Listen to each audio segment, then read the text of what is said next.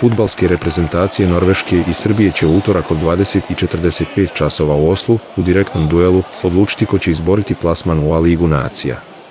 Dve selekcije su izjednačene sa po 10 bodova iz 5 utakmica u grupi B4, ali Norvežani su slavili u prvom susretu u Beogradu pa Orlovi moraju da pobede da bi osvojili grupu. Naš tim bit će oslabljen neigranjem vezista Sergeja Milinković-Savića, koji pauzira zbog žutih kartona. Selektor Stojković rekao je da ni ovoga puta nema ni najmanju dilemu oko sastava tima. Naravno da u glavi opet imam startnih 11, bez obzira što imamo određene kadrovske probleme.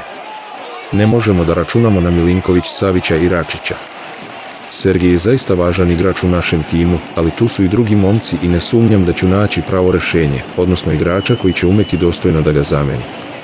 Ja sam trener koji voli da njegova ekipa igra lep i atraktivan fudbal, tako će biti i sutra u Oslu, rekao je Stojković. Ključno pitanje je kako će naš tim da se suprotstavi jednom od najboljih napadača sveta Erlingu Haalandu. Nisam kuvar pa da tražim recept za Haalanda. Rekao sam mnogo puta da se radi o fantastičnom igraču koji igra u jednom od najskupljih timova na svetu.